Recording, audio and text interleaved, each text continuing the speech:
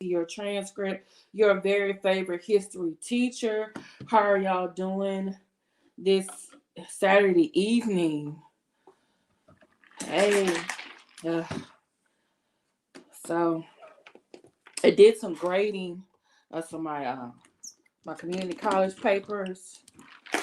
Sorry, made myself a little drink, my little bootleg special drink. So I don't know if y'all remember. I did the beatbox, the blue raspberry beatbox with the lime green lime Rita chiller. I told you it tasted really, really good. So this time they didn't have the raspberry, so I'm trying the cranberry today. So I did half a beatbox cranberry dreams plus a Lima Rita chiller. Okay.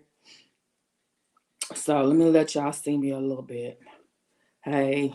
So I couldn't for some reason my other cup is not cooperating with me. I think I turned it on too tight. So this is um the beatbox cranberry dreams. And then this is the ball. So I only used half and I put it in here with some ice because my other one wasn't working. So I'll let y'all see what it tastes like. So as y'all come on in the room, hey Monique B.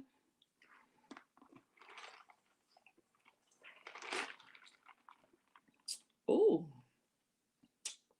Mm. Mm. Okay. Okay. Nice little mixed drink you can make with your friends. Okay. Let some more of that ice in there. Get it mixing it. See, Shanna, I need you to stop because this is the main reason I'm doing this video. Because I was like, oh Lord, here come. Don't get them people started because people gonna say, oh, it's the World War III. We gotta pray. I support Israel. Okay. Some people probably down there at the supermarket now grabbing all the toilet paper, all the hog maws, all the pig feet. Huh. And yes, I know my dress is not matching my hair wrap. Okay, so y'all come on in here. Ugh. So I'm gonna go over because let me see your transcript very history teacher. I'm gonna go over the history of why Iran is like sending drones and missiles towards Israel and the US. And um hey Jocelyn, girl, they didn't have the blue raspberry. Did the blue raspberry last time? And this did half of this and this. I might put a little bit more raspberry because I like my stuff sweet. Um, but they didn't have the blue raspberry, so I did this one this time. It was good. If you trying something different at home, you like pre-gamers or just at home with a little something or other. Hey, Joe Tonight, thank you so much for being here for the lesson. Hey, Angeline, shout out to the teachers, a teach free grade. Oh, shout out to you. I did fifth grade summer reading one summer because they needed teachers. Oh boy, I was so mm, bless your heart. Bless your heart. Okay, so let's go ahead and get started. So let me go ahead and put because I like to use a lot of visuals. Maybe because I'm Gen X. We were MTV generation. It was all about what we see. MTV. We went from beta to VHS to DVD. It's everything. But I also do it also for my different types of learners. There are some students who can just hear me and they understand, and there are some who they need a visual and they can understand. So I'm all about maps and everything. Okay, so because I have to probably edit this. Hey everybody, this is Let Me See Your Transcript, your very favorite history teacher, here with another episode in my History of series. This time I'm going over the history of why Iran launched drones to Israel and also the United States literally a few hours ago. Okay, and so I want to bring you the most important information. Okay, so as of right now, this is probably the map that most news outlets and other YouTubers and content creators will be using. So as you can see, this is an area of the Middle East. Uh, Iran is right there on the right in the orange, and then on the left you have Syria. Um, Syria and Israel. Okay, so basically, and the reason, and by the way, those cities that they're naming, those are considered the capitals or the major cities in those places. So if you read your Bible, you know about Paul on the road to Damascus. Okay, so yes, Damascus was a real place. Okay, so but let's go back to why this is happening, because I always tell my students that we really do need to learn our history, because sometimes it does repeat, and we do need people who have studied history in the government advising these politicians and the president and everybody like that about their decisions that they're going to have to do. Okay, because right now, today, President Biden is meeting with his Secretary of State, who deals with foreign policy. He's also meeting with the Secretary of Defense, and he's also meeting with his National Security Advisor. Okay, he was in Delaware, but then he just turned back around and went back to Washington D.C. because he has to get a handle on this. Okay, so let's go back to where did this all start? Because it wasn't like, oh, they woke up today and was like, hey, we're going to send drones over there. So actually, what ended up happening is Iran is actually responding to Israel. Okay. Last month, or about a month ago, Israel um, Israel struck the Iranian consulate in Damascus. Okay. It initially said, "Oh, we're not commenting what we're doing." A lot of the people in the countries surrounding Iran and Israel, like Jordan, Saudi Arabia, Iraq, was like, "Okay, Israel, you're wrong for this." Okay, all right. But you're probably saying, "Well, why is Israel hitting the Iranian consulate in Damascus?" We got to go back a little farther than that. Okay. We have to go back to basically we have to go back to October 2023. We had to go back to when basically this is a map of Egypt, Jordan, Syria. Lebanon is above north of Golan Heights. So as you can see, it says the orange is the areas bombed by the Hamas. Okay, so let you know about what Hamas is. Hamas is a Palestinian militant group, and they are basically at war with Israel because, number one, Israel, for those of you who don't know, Israel in the Bible is not like Israel now. I'm going to say that 2 more times. Israel in the Bible has nothing to do with Israel now. They're not the same place. Okay, maybe geographically they are, but you have to understand the political situation that is going on. Okay. Hey, Black Anonymous, Diggable, Logic, Angel Wings. So glad y'all can be here. Okay. So y'all like the like button, please like, share, subscribe.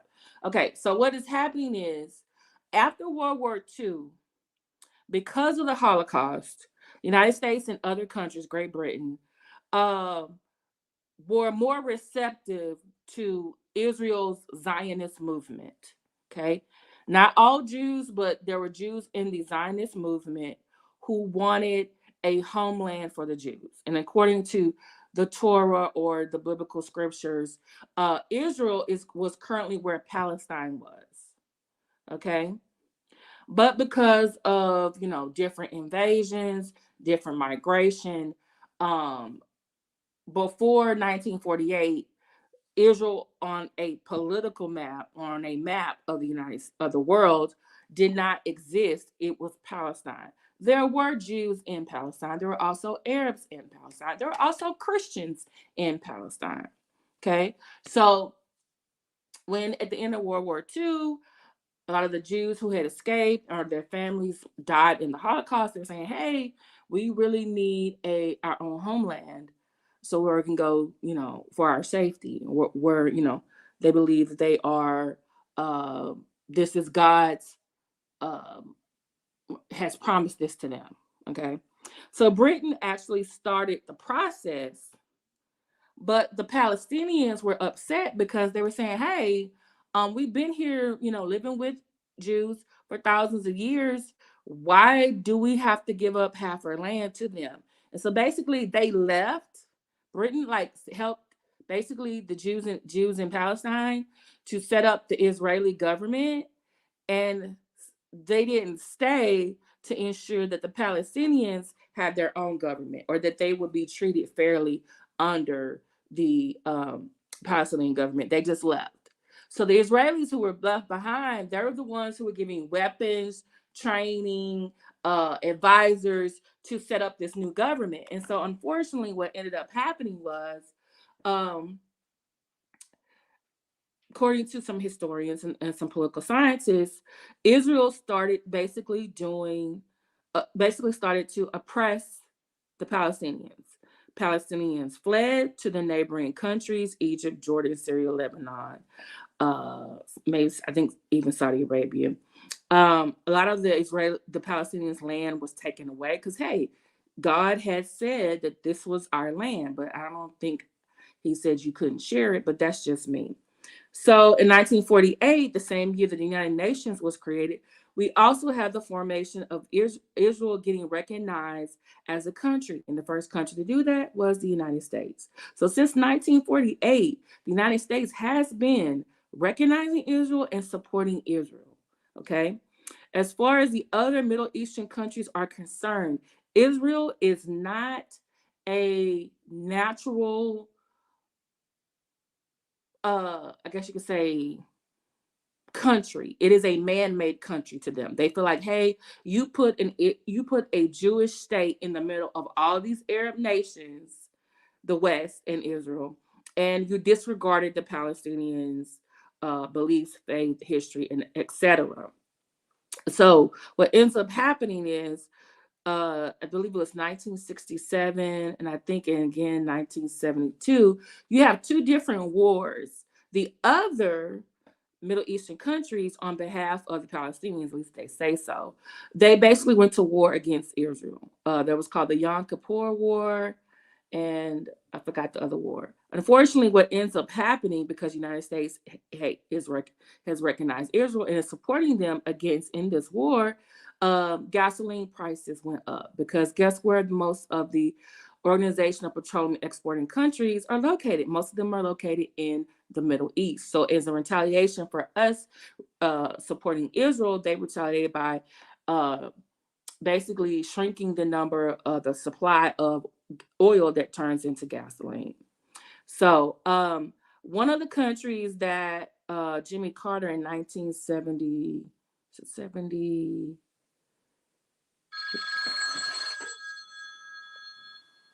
in 1976, 78, maybe in 78, he is able to negotiate a peace treaty between them at Camp David.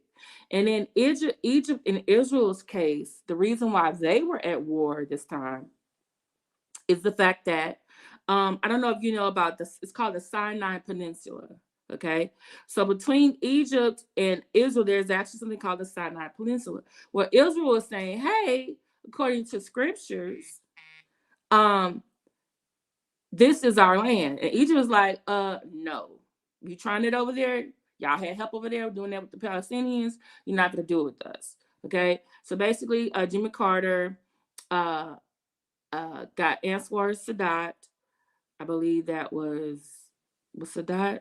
Yeah, I think it was um, the was the president of Egypt, and he got, oh, I forget the other person's name, of Israel, came over and negotiated a treaty. Basically, it said, hey, the Sinai Peninsula belongs to Egypt, and basically, it still does belong to Egypt. And also, since then, Egypt and Israel have never been at war since then. Like they, um, the other Middle Eastern countries are, for the most part, really upset about it. But Egypt had to think for the benefit of its own people. I had a professor who said Egypt will never, there will never be, I guess, another Muslim country Israeli war with that includes Egypt, because Egypt has a peace treaty with Israel. And then he also said, the professor had said, and there will never be peace with all the Muslim countries in the area with Israel without Saudi Arabia, because Saudi Arabia is very, very conservative. Okay. Okay. All right. I'm so glad you like the Angel Wings. Hey, Cherie Harris. Hey, TK.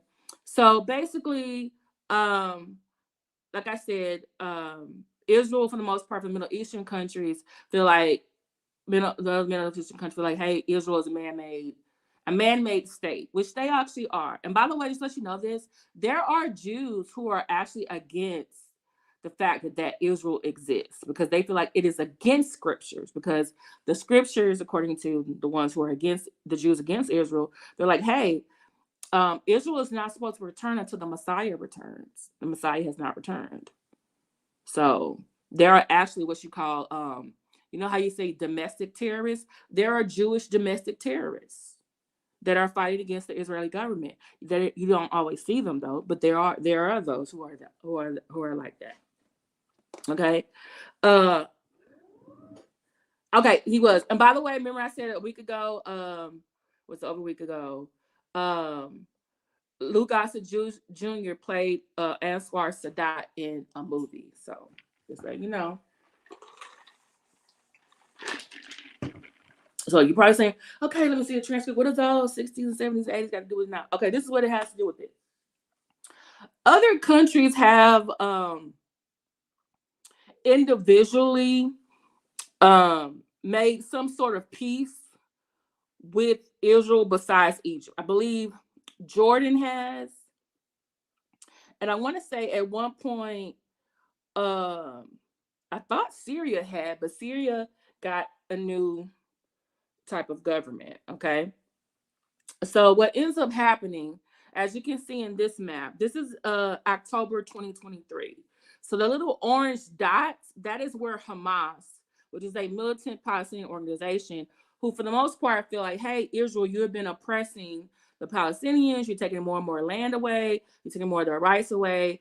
They feel like, hey, this is looking like Jim Crow segregation under the American South. I actually had let's just say a chat buddy um that lived in Palestine, in Israel at the time, and that's how he described it. He was like, it's like a two-tier system there. He felt that it was a lot of restrictions on Palestinians. There are certain times you need to be out or had to be inside. And if you look on the map, you see the two places that says Gaza Strip and the West Bank.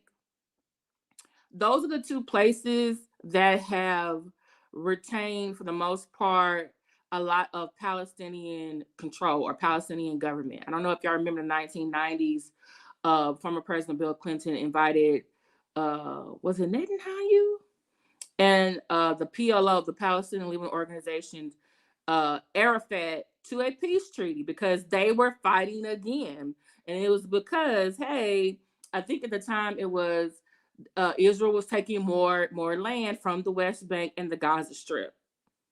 Okay, so just let you know, Palestine does have a representative at the UN um, that is recognized by most other nations, but not every nation.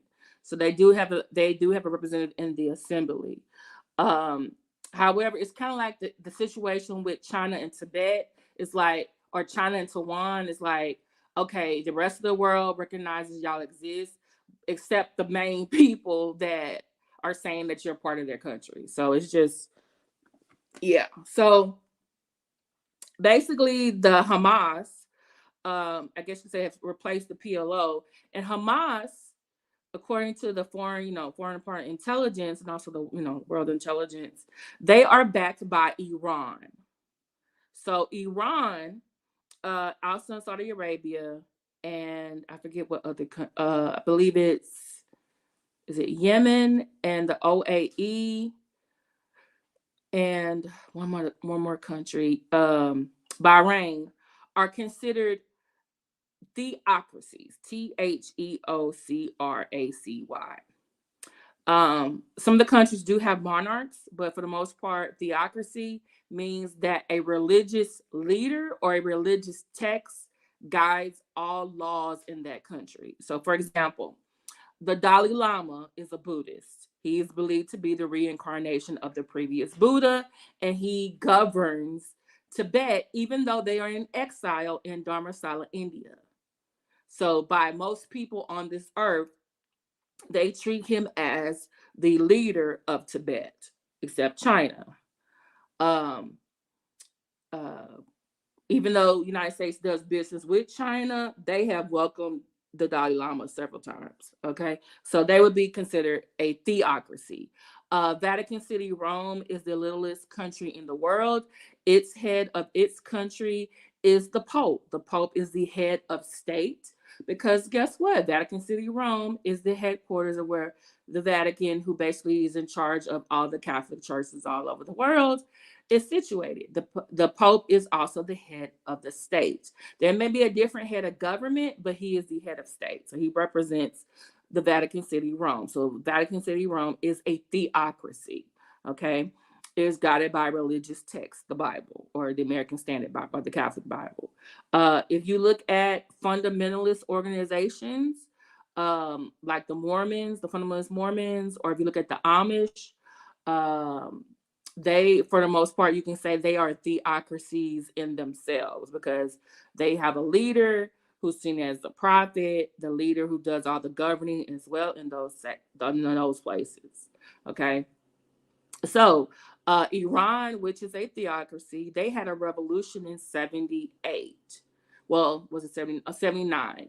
And unfortunately, because of the U.S. foreign policy, the person that they supported, his name was the Shah, he was a dictator to them. And they felt that, hey, he is trying to make us more Western, more like Europe, and we're actually Arab Muslims. So when he got sick and went to the United States, especially here in Houston, for I believe it was, for treatment of cancer. Okay, um, the people who followed a man by the name of Ayatollah Khomeini, who was in exile, I believe, in Great Britain, who basically had been putting out cassette tapes, and I believe on like some transistor radio, this message of like, hey, Iran should be for the Iranians. That he was very much against what the Shah was doing, because the Shah was doing some very oppressive stuff. I mean, people were being jailed, people were, people going missing. He was pushing like, hey, education for women and everyone else. He was pushing for more, um, things dealing with the West, but he was also indulging in a lot of things at the expense of Iranians, like having his lunch flown in on the Concorde, his wife allegedly bathing in milk, all kind of stuff. He's going on snow trips, to the what do you call that place in Europe? Yeah. So so basically, the followers of Ayatollah Khomeini, which a lot of them were younger people, they basically took advantage of the fact that the Shah was not there, and they basically enacted a revolution. And so the Ayatollah Khomeini comes back. He is the leader.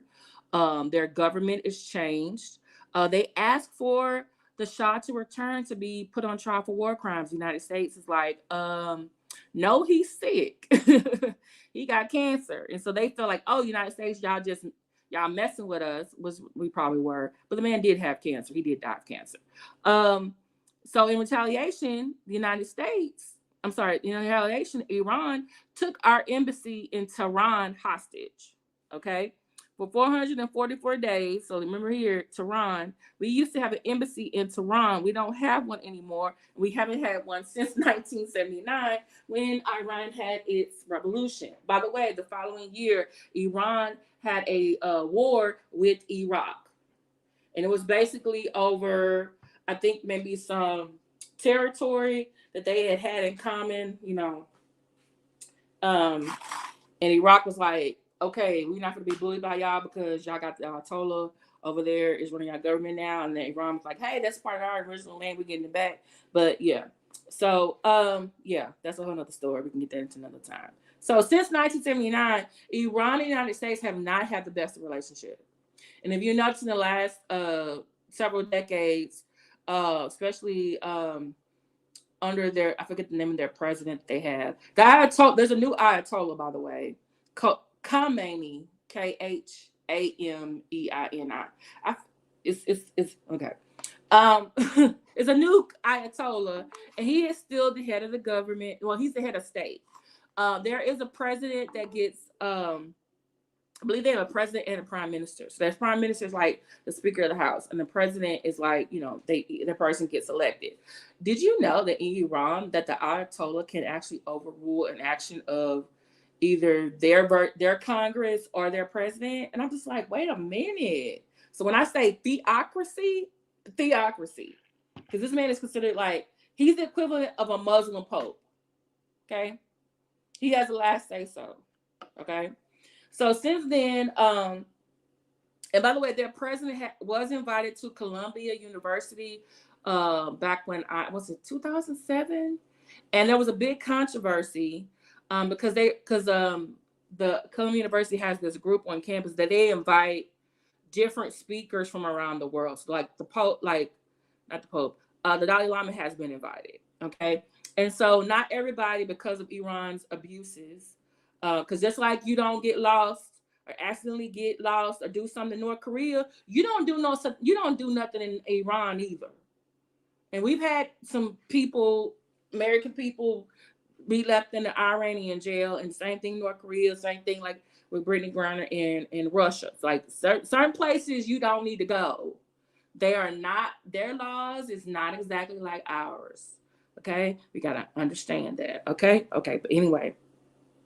So they were upset about him being there, and then the president of the university, he issued a statement before the man came, and it was just like, sorry, the president of Columbia was just doing that to placate, I think, the donors he was afraid they want to, take money away. But it was like, hey, this is a group who basically is about government and freedom of speech.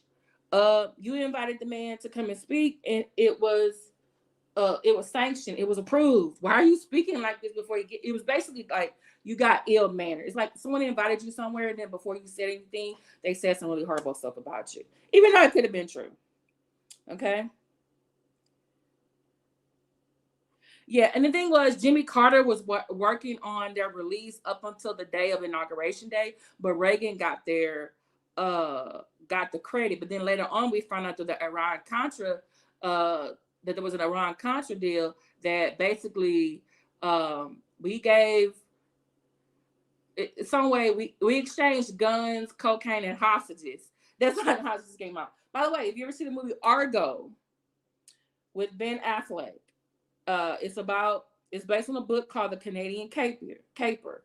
6 of the hostages from the American embassy ran next door to the Canadian embassy, and basically they were over there hiding like Helen Keller or Harry Jacobs. So not Helen Keller. They were hiding like Anne Frank and Anne Frank during the Holocaust, and Harry Jacobs doing slavery. They were over there hiding, and then they sent in Tony Mendez, God rest his soul, because he passed away like year before last, I think. He had dementia, I think. Or was it Alzheimer's? One of those. That's what they don't need is a former agent a former agent, Alzheimer's talking. That's just, I'm thinking he might, okay, just saying. Dementia, yeah. So, and they got them out onto this fake story that they were a movie crew scouting uh, a location for filming. So that's how they got them out of there. So they got out before the other 404, the other several hundred people got out. Um, yeah, but okay, but so since then, um, like I said, United States and Iran has not had a very good situation. We have actually imposed economic sanctions, which means like, hey, y'all can't build a nuclear anything, but Iran still does it anyway. Y'all shouldn't be testing, but they still testing missiles. Oh, we're not going to do economic trade with you. We're going to trade with everybody around you but you. We're going to have, they get all the other countries around in Asia too, and you're not to do something with Iran to stop them from, basically building up an arsenal or building up something that it may attack someone else. It has not always happened. It has not always worked. And here we are. So what has happened is there is a group in Iran called the Iranian Revolutionary Guard. They're like a separate unit outside of the Iranian Armed Forces. And the Iranian Revolutionary Guard, has been backing Hamas. They've been giving them weapons, probably some training, probably access some missiles, probably teaching them how to basically attack Israel. Okay. And so as you see the little dots, the little orange dots, that's where the places have been bombed by Hamas, who is being backed by Iran. Okay. Because hey, Iran, doesn't like United States, doesn't like Israel. They're backing a group that wants to defend themselves from Israel or take back their homeland. Okay. So, so when in October 7th, 2023, when Hamas basically, and I have links to articles in the description that goes over this too. Basically, Hamas bombed I think an outdoor concert, and then went and basically got several hundreds of women, men, and children who are not only Israelis, but probably, I think, some Muslims, Christians, and also people from like 40 different countries around the world, including some from the United States, and basically took them hostage. And I don't know if y'all remember, I think a week later, Israel was like, okay, y'all bombed us. Okay, we bombing you back. But it was like Israel had every right to, retaliate. But the fact that of where they went to bomb wasn't a place that Hamas, the intelligent information that Hamas was there. And then they were like, oh, they got tunnels. And then Israel kept bombing. And then it was like, during Christmas, they couldn't, because they're Christians in Israel, they couldn't have Christmas festivities in Jerusalem because of the bombing. Okay, and so look at where Jerusalem is. It's in the West Bank. Okay, because a lot of people were like, "Oh, I support Israel. I support Israel." Okay, I support what Hamas did in bombing that outdoor concert and taking all those people hostages. That was wrong, and they actually put a bullet's eye on the Palestinian Muslims or Arab Palestinians who had nothing to do with the conflict, because everyone should know by now Israel is backed by the United States. It's the first country to recognize them, first country to give them money, first country to give them weapons. It's called the Mossad. I think it's called Mossad.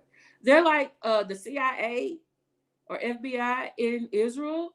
They're like one of like the best intelligence people in the country. Guess who trained them? The United States. So guess what they did? Even though you got Ukrainian, Russian war going on there, they're like, United States, we need $3 billion.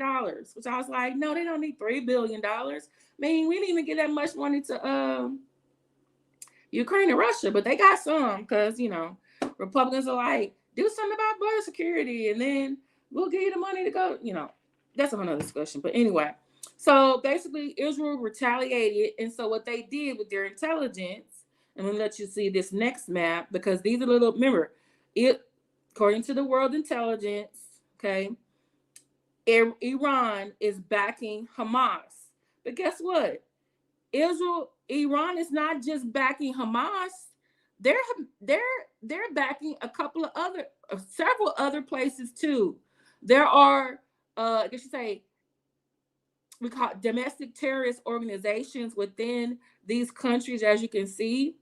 So you have Hamas in Gaza, then in Lebanon, which is north of Israel, and to the west of Syria, you have Hezbollah. Hezbollah is being backed by Iran. Then in Syria, you have that they're being backed by Iran. In Iraq, there's another organization that is not the official government of Iraq that is working against their government. Because guess what? Saddam Hussein kept a lot of different groups underneath his thumb. And when he was no longer the president or the dictator in that country, those different groups vied for power. The United States tried to make sure that it wasn't going to be a situation like Vietnam, like, hey, we just going to leave and y'all figure this stuff out. They were assisting in a transition. However, everyone else didn't like the transition. And so when the predominantly Shiite country got back on its feet, that was who was in charge. Not everybody liked that. Okay. So they have what's called insurgents or domestic terrorists. Okay. And then you have, like I said, the Islamic Revolutionary Guard Corps. They are a totally another group that is that is being backed. And then now you have, as of I think a month ago, now you have Yemen. Their group is called the Houthis. Okay, they're another, like I said, domestic terror organization that is fighting against the main government. Okay, so right now, Israel, even though I think they're taking their force too much, right? Because right now, the UN and other countries have been criticizing Israel, saying, "Hey, you're not letting us get the humanitarian products and stuff over there." Okay, and I believe it because there's too many other countries that are saying the same thing about Israel doing this, and then I think there was hostages swapped from Israel and Hamas, but Israel is asking for a ceasefire, but Hamas is like, no, it is still because Hamas still has hostages. And so basically what Israel started to do, also with the help of the United States. Now these are, this is another map. Like this one is smaller and it is not as big, but this is a little bit more detailed because this is showing you the actual name of the groups. And it says under Iranian influence, the ones that are in orange in Syria and Iraq. And so you can see there's 3 different groups. So you have the main Iraqi government, but then you have these little smaller groups that are being backed by Iran, which is like to the west. Okay. Then Syria and then Lebanon. Okay. Then you got Hamas, Islamic Jihad is over there in the Gaza Strip being influenced by Iran. Okay. All right. So Iran, and even though like in Yemen and even in Kuwait, it says Iran plays destabilizing role. What they're doing is, it's not, I guess you can say, an official support, but it's like we still giving them something to fight the people inside. Okay. So basically what Israel started to do, also this is the United States, because some of those hostages were Americans. You know how Americans feel when we get attacked. What you gonna do about the United States? Go over there and do something. You know, when they go over there and do something. So Israel, what they started doing was they started to attack places in Israel that were supposedly Hamas locations. I think one time they even hit a hospital. And the hospital they found out had nothing to do with Hamas. And I was just like, really? Then they found a tunnel that was like literally next door to the Israeli government, and they didn't know it was there. I'm like, nah, y'all knew, somebody had to know that tunnel was there the whole time. Somebody messed up. Okay. So sorry, I'm looking at the map, not looking in the chat. So basically, Israel, also the United States, well, Israel first. but we're backing up. They start sending their drones and missiles to the places that are backed by Iran. So they're sending them to certain places in Syria. They're sending them to certain places in Israel or Gaza or the West Bank. Um, then what ends up happening is a month ago, they hit a consulate in Damascus in Syria. Okay. But what they hit was almost like a declaration of war. Okay. And they end up getting criticized by all the countries, a lot of the countries that are surrounding it. So, like Jordan, Saudi Arabia, um, the official Iraqi government, the official Iranian government, of course, and some of the other governments as well. Because basically, what they did, okay, so let's go back to this map. You see where Damascus is in Syria? Okay, so, uh,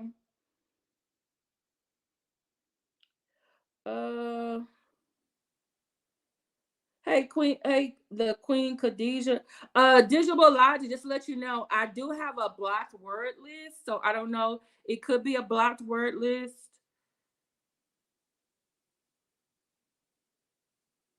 And if it's certain cuss words or whatever, they gonna do that. Okay. All right. Cause I don't even have mods in here right now. I don't think I do. Okay.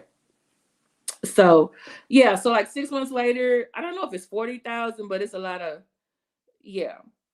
And so in the my okay, let me just explain something. Okay, and I explained this to my government students this past week. Okay, so like different governments, if they have a good relationship with the country, they'll have a consulate or an embassy in that country. Okay, so like Houston has a Mexican consulate.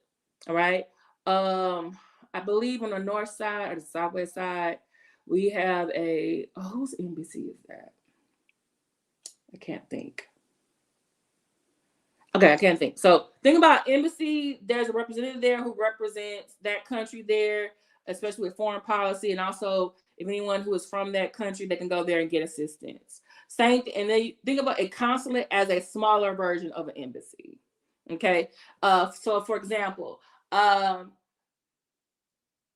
embassy may be in a major city in the United States, or it may be in the capital, but a consulate can be like in another place where there's like, okay, there's a hub. So for example, it would make sense that Houston has a Mexican consulate, seeing how close we are to the border, and that but the Mexican embassy is in Washington, DC. You know what I'm saying?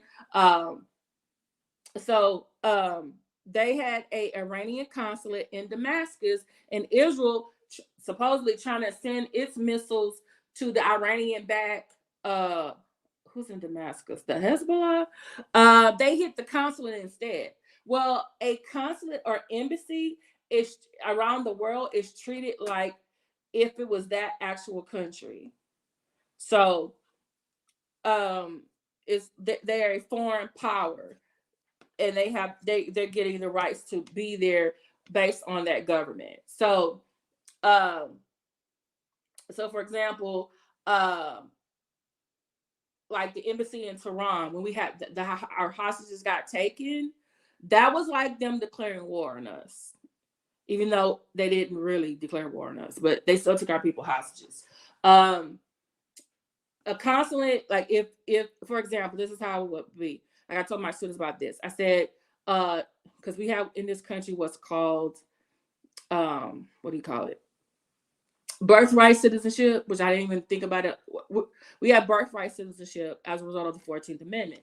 So that means once we're born in the United States, or any of the 50 states, United States, Washington, D.C., any U.S. territory, any U.S. military base around the world, any U.S. consulate or embassy around the world. Let's say a woman is pregnant at a U.S. embassy or consulate around the world, and her water breaks and a baby gets born there. That child is not an American citizen. Okay, so basically, that's how the other countries are treating their consulates and embassies. This is an extension of your right as a sovereign, independent nation. Okay, and so when when Israel's supposed to be striking Iranian-backed um, domestic terrorist groups, they hit an official Iranian consulate. So now, all of a sudden, now it's not like, Hamas Israel is defending itself after Hamas attacked it. It's like, you hit a sovereign, independent nation's consulate. Like, you just, and then at the time, Israel, this is what it did. It basically said, hey, it basically denied it. Like, we don't know what you're talking about. And everybody around it was like, Israel, the missiles got your name on it. You know, it was like that. And so basically, then Iran, some official statement from Israel was like, we can't comment on, a government matter. But then they had like the people who were like the anonymous witnesses. They were like, off the record, 4 Israeli officials said, yeah, our missile did go hit the Iranian consulate in Damascus, Syria. So as soon as that happened, that was like a month ago or like 4 weeks ago. Iran says, okay, you all, Israel, you're not abiding by the UN policy. Okay, you hit our consulate. And so guess what Iran said? Iran was like, we don't respond. Iran, the country, said we are going to respond. So 3 days ago, which I guess I must have been, I was trying to review for the STAR test and get grades and stuff in and listen to about JAG or whatever, doing some crazy shit. I didn't see the video, no, the article from 3 days ago, but basically Iran was like, we finna send something over there, basically. And guess what today was? Ladies and gentlemen, they sent it today. They sent it today, about 3-4 hours ago. And I'm just looking at, like, trying to figure out, Lord, and I kept trying to figure out, I said, why are they sending it today? And why is they sending it today? Well, if you look at this map, which I think is a lot clearer on like the places, you see the green squares? The green squares are where Iran has influence or has backed a domestic terrorist group against the main government. Okay, they're friendly. Somebody in that country is getting some help from somebody in Iran to do some damage. Okay, and as you can see, Saudi Arabia, who is also a theocracy, but they're also a monarchy, and they have a good relationship with the United States. Same thing with Israel.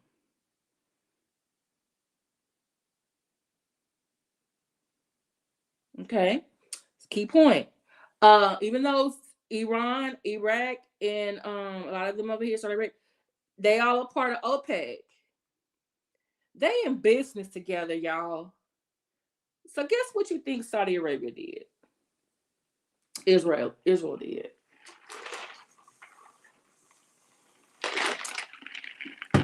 One of the princes or kings, Saudi Arabia. Yeah, I believe, you know what? I think Jordan does have a relationship with Israel, so they might do it too. Hey, Roxyverse.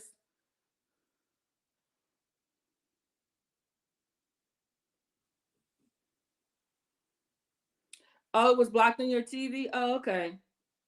Okay. So, they're going to call the United States and say, hey, Iran is sending drones over to y'all house. Y'all might want to do something. Let me call Israel, like, Israel, Jordan, hey, I see some drones on y'all way. Saudi Arabia is not really going to intercept the drones. They're going to tell the United States, though, because guess what? They're still in OPEC together. Are you really going to war against your business partner? I don't think so. Now, let me tell you something about Saudi Arabia though. When when Iraq invaded Kuwait, because Iraq is also in OPEC, they didn't like, oh, let me get the stuff, the Saudi Arabian military together and go defend Kuwait. No, they called the United States because they had a good relationship with the Bushes. And then this is what Saudi Arabia did though. They allowed the United States to take a shortcut through Saudi Arabia to the Iraqi Kuwait border. So Saudi Arabia is, for the most part, even though it's kind of sneaky, it's smart though. You know, it's smart. All right, because hey, I can't go to war against my business partners over here. I need somebody else to come deal with this over here. And a lot of times, you know something, a lot of countries, they can say they want about the United States, like, why can't the United States stay in this business? Some of these people are inviting us because they don't want to do it themselves. They got to have somebody else to do something. And then sometimes we should have went somewhere and did something, and we didn't, or we didn't get there. I don't know. And Turkey, see, the thing is, Turkey is having its own economic situation. So for the most part, if Syria or Lebanon do some shit, they are definitely calling. If they're not calling U.S. directly, they're calling Great Britain. Like, hey, Prime Minister Great Britain, you need to go call the president. Had them call the President Biden. We see some stuff up over here. We got enough them in Greece, their economies are really fragile right now. They can't get involved in no wars.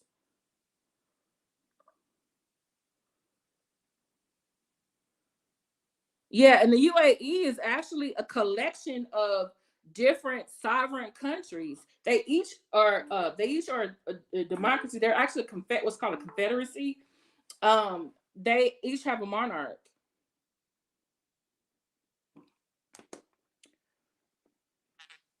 And by the way, even though they are in the OPEC together as a unit, they make decisions. And Venezuela is the only Western country in the OPEC.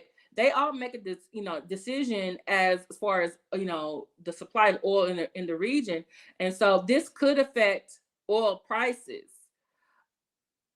But you also have to realize something else too.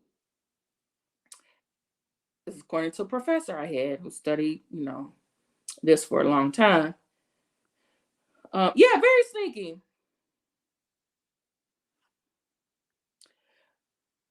Yeah, they are. The Saudis are for the most part following their Sunni Muslims, and the Iranians, most of them are Shiite Muslims.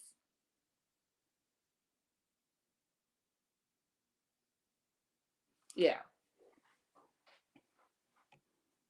Yeah.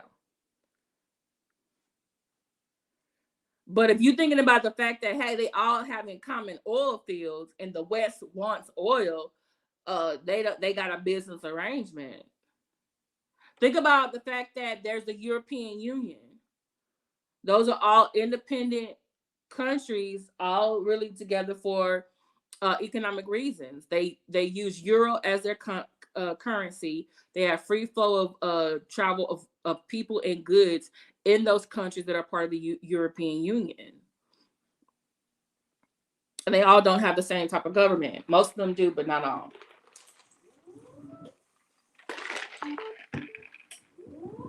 Yeah. So yeah.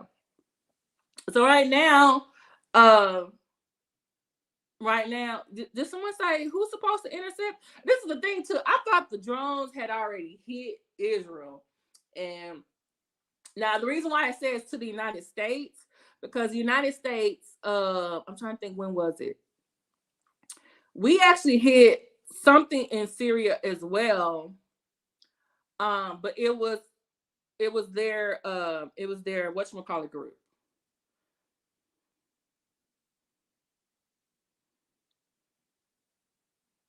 Okay, I think it might have been. I think it might have been Hezbollah. It's Hezbollah. We hit like, because also realize the United States has military bases around the country. So and then other countries over here in the Middle East will allow the United States troops to be there. So there is, I want to say, a place near Syria, and most recently in Yemen around the Red Sea. We got a naval ship, I believe, now over there. And if you really think about it, the reason why we're there, I mean, Yemen does need help, but if you think about it, Yemen is like the Red Sea is how the oil gets, how some of the oil and goods gets from, you know, the Red Sea to the Suez Canal, then to Europe. So they need to keep that free, you know. Um, so there is a naval warship and troops near Yemen because of the Iranian-backed Houthis, because they've actually been bringing trade, and then we have been sending targets in Yemen and Syria to places. Our targets, for some reason, seem like they're a lot better than Israel. But still, if one of their people gets hurt, the other side takes that as an offense and they want to take revenge. So it's like, you hit us, we hit you, but people on both sides are dying and nobody wants to lay down a gun. And you got other parts where like, hey, can y'all do a ceasefire? Can y'all do a ceasefire? Okay. So right now, it looks like Israel, instead of saying, "Oh, my bad," they didn't do that, because remember, we've been there. Hamas unfortunately gave them the ability to up their military presence and up their attacks on Iranian backed organizations, because guess what, those Iranian backed organizations, some of them have been hitting targets in Israel though. The only thing about this case, Israel's retaliation after the Hamas attacks and hostages, it seems to be greater than what Hamas originally did. And then now those Iranian-backed organizations and now this consulate got the business. You hit a official government building of Iran. This was not a building backed by the IRGC, unless it could be. Who knows, right? So you know, we might not like it, but I could see why Iran sent those drone attacks to Israel. And since the United States backs Israel, and also since we have military troops and civilians in a lot of those places, we're getting attacked too. So, but then one report said that they're trying to figure out how to intercept the targets. Haven't hit the actual target, so they're trying to, I guess, like hit it in the sky. So yeah, I took a class in undergrad and grad school over the Middle East, because it's like, yeah, it's because if you really think about the Middle East as a unit, they are not a continent. You have several different countries. A couple of them in Europe, a couple of them bordering on Africa. You got some over here in southern part of Central Asia. So it's like, oh yeah. And that's why it's really important, I think, from fam, the U.S. has been supporting Saudi with weaponry to suppress Yemen. What? So is that why they're sending? That's okay. Is that why they have the Houthis are against that? So basically, it's the Saudis trying to do to Yemen what Iraq did to Kuwait.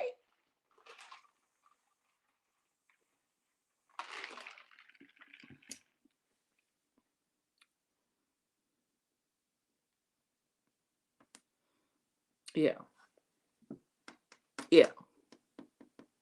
So basically, overall, what I'm saying is the reason why Iran, okay, is launched drones against the United States, okay, and against Israel and the United States is because of the fact that Israel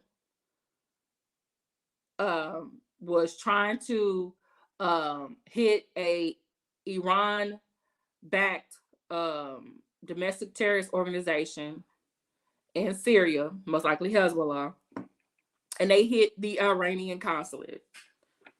And then they denied it, and then everybody around said, you was wrong, Israel.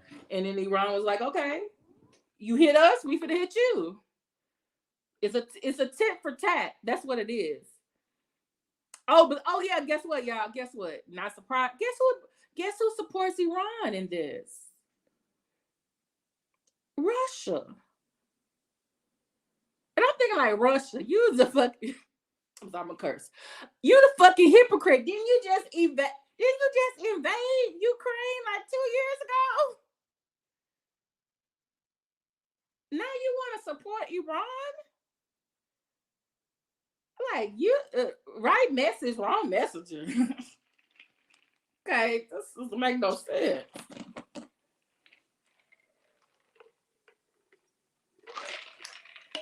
But guess what the United States has said? Which I think it needs to, but this is my opinion. I think behind the scenes, Biden needs to pull Netanyahu to the side and say, look, you see, I already got this UK, this Russian, Ukraine situation going on. If you want any more motherfucking money, you gonna figure out how to stop sending fucking missiles to places that they have no bases going to. These are Republicans is on my ass about this border security. I can give them the money instead of you. You causing most shit to go down over there. I know these people backed by Iran. Hell, you know they backed by Iran, but you ain't even hitting the right target. Shit. I'm trying to win in the fucking next election. If not, you got to deal with Trump. Is that what you want? That's just what I would do. Be like, come over here. You're doing too much shit. You want any more motherfucking money from me? You need to stop it. You over there do it because that's what the United States response has been since Israel still denying. Oh, wait, did they officially say it was them? Well, they hit when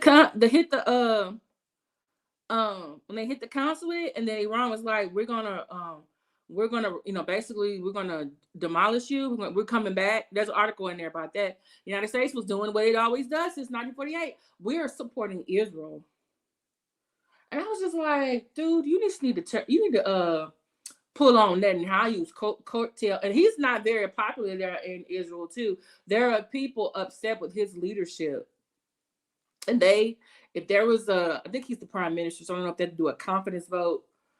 But if there's another election and his group gets less votes, there's going to be a new prime minister. They're not happy with the way he's leading and the decisions he's making. There's a new generation coming up, and that's replacing the previous one, and their ideas are changing. Okay, so, but yeah, so if you have any young people in your life or any older people, brothers or sisters, anyone that is in the military that is active, just check on them, see if they have to go somewhere. Okay. Yeah. So who's ever at the grocery store right now, grabbing a ball of toilet paper, thinking World War III for to happen, stop. Put that back. Okay. And before everybody,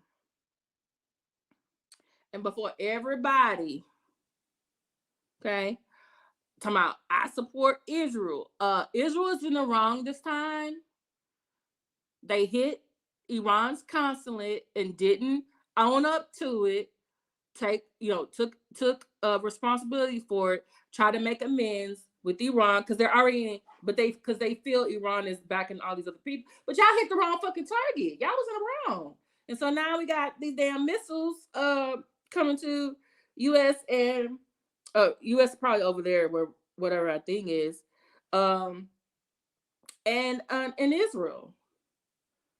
hopefully our government or theirs can knock it down before it gets to us, because I thought they launched them and they was about to hit like in the next hour or the next 10 minutes. And they're like, no, they on their way. I said, you mean they on their way?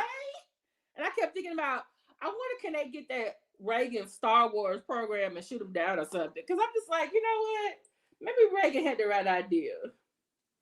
Maybe he had the right idea though. Have you heard of the USS Liberty?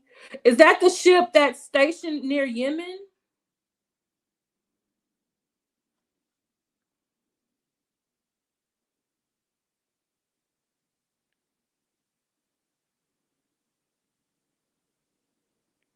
Huh?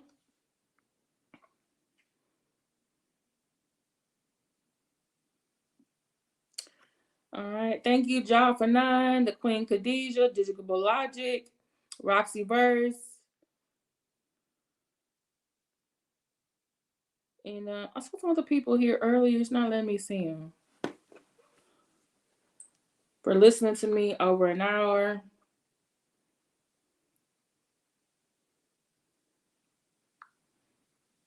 Okay, let me see. Mm-hmm.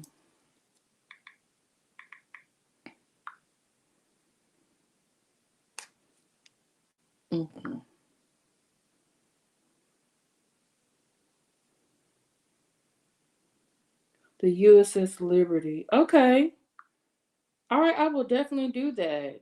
Also, let me put my previous video. I did another video previously. Let's see.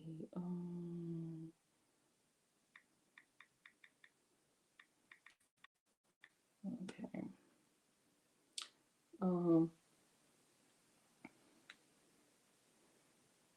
Well, I can't find it. I'll probably put it in my description later. So, but yeah, I just wanted to come on here so that because I also see other people who normally don't do topics about politics or about the Middle East, and I was just like, okay, let me just give people the basic facts and rundown. So I don't want people out here running to get toilet paper to my World War Three. You are welcome. I'm glad y'all enjoyed it. Hey, V Harjit. Exactly. That's why I don't like. But also we need to make sure that we're also encouraging our kids and other people, like, hey, get a history degree, get a political science degree. You can not only just teach, you can also work for the government. These people need somebody that knows what they're doing. They need a person, like, I know STEM careers are good, but also even in those companies, you need somebody in the boardroom that's going to say, hey, this is what happened in the past, and this is what the result is. This what we really want to do? We need somebody who's going to say, yeah, people want to say, oh, we need to build this and build that. Someone needs to ask why and what are the effects that it could cause. You know?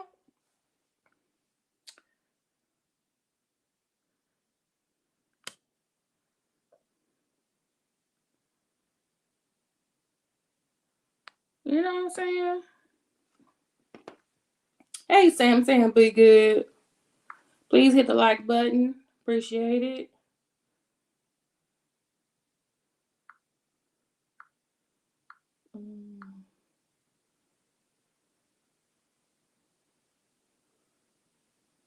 Okay. Oh, thank you, Angel Wings, Cherie Harris, Fame, Black Anonymous, Shauna L, Monique B. Thank you so much for being here. But also check out my history of series. I have some other videos that I've done. I did one, I think last year, was it last year before that, on the Ukraine um history of the Ukraine Russia um conflict. So yeah. So any questions y'all have for me before I log off here?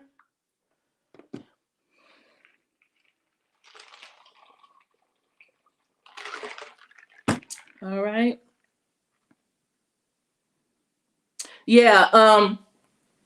And this is what, and especially if you live in a red state, please check on the laws. I'm so tired of my governor. He's always signing something. So he basically in our state, we have to make sure that whatever we teach, we have to teach both sides of the argument. Because supposedly we can't teach critical race theory, which is like, it's a theory, and I really wasn't teaching critical race theory. They passed a whole law. If you teach social studies, you gotta make sure you do both sides of the argument. I'm like, okay, all right, we're gonna get both sides of the argument. All right. Um. Then they had now there have been some schools in some places, because they're like, you can't teach critical race theory. They have been trying to take certain books out of libraries, and then there's also people who are like actually passing out books to people as a as a form of protest. In Florida, their person DeSantis, he signed a bill banning, I forget what type of books it was something about gender or something. I forget. It may have been, I forget what it was. But guess what? Some smart people used the law, and guess what books they got banned? The Bible. They were like, hey, if you're using this new law, then you're using it very broadly. Then guess what? You unban the Bible too. Because guess what? In the Bible, um it talks about incest, adultery.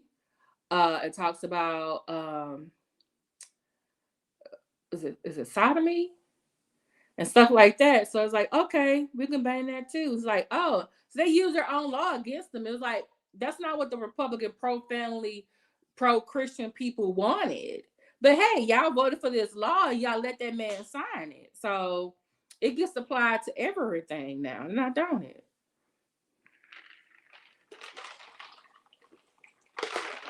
I'm sorry. I think anybody their man is suspect when you want to sue Disney World. I'm like, really? Isn't it supposed to be the happiest place on earth? I thought Republicans supported big business. It's like, you suing Mickey Mouse. Something wrong with you. Okay. Okay. I'm gonna ask a question. This is totally unrelated to but I was in another content creators chat, and someone said that someone put me in one of their shorts videos today. Anyone see it?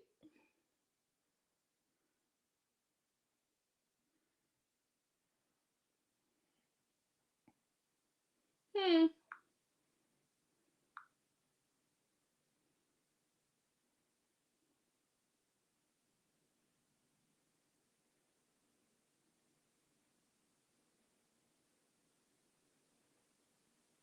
Should I respond or not? Did this ever say I was jealous? I'm sorry. Girl, am I gonna be an episode of Surviving YouTube?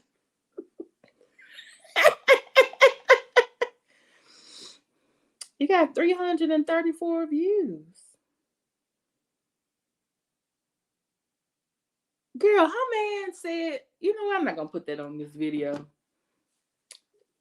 You know who did that. I'm about to do a whole nother video. I'm not gonna do it on this one. Never mind. I'm about to edit this part. But thank y'all so much for listening to me. We'll keep this one strictly educational, and we'll leave the mess video to another video. But I gotta, yeah, I just who taught her how to do shorts?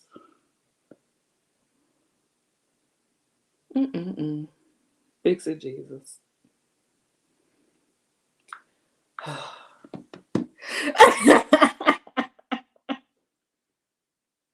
Shut up. Okay, y'all, let me get out of here. thank you so much for listening to me. Please share this. If you like these types of videos, please put something in the description that you maybe want to do a history of. Definitely, that's what I was gonna put in the thing. The link to the history of series. Hold on.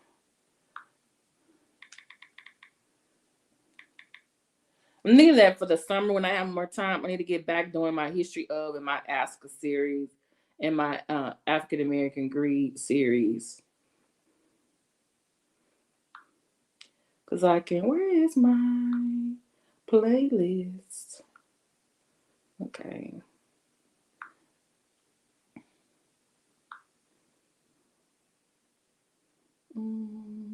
Okay, here it is. Wait, why is it not letting me?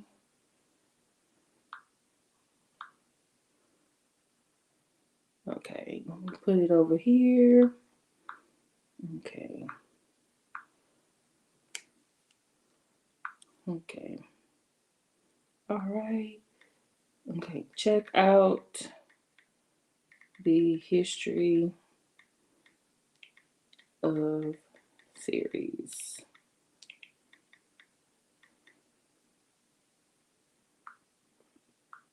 There y'all go. Yes, you want to use a whole. And actually, and the word scallywag is actually a very historical term. That's what they.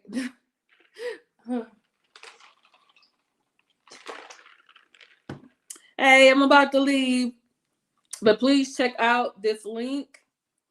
That's other videos in my history of series. Please leave a comment about this video, what I said in this video, and any other suggestions for me to do another history of video on. So yeah, so thank y'all so much for listening to me. I appreciate y'all. Let me go finish my drink and figure out what this other. Thanks for the Reader's Digest. That's what I was trying to do. And actually, I'm really surprised that I'm still on because I was hoping to be under an hour. But hey, I wanted to make sure, I got, everything that needed to be said. All right. You are so welcome. Thank you for being here. I appreciate it. Okay. I'll talk to y'all later. All right. Bye.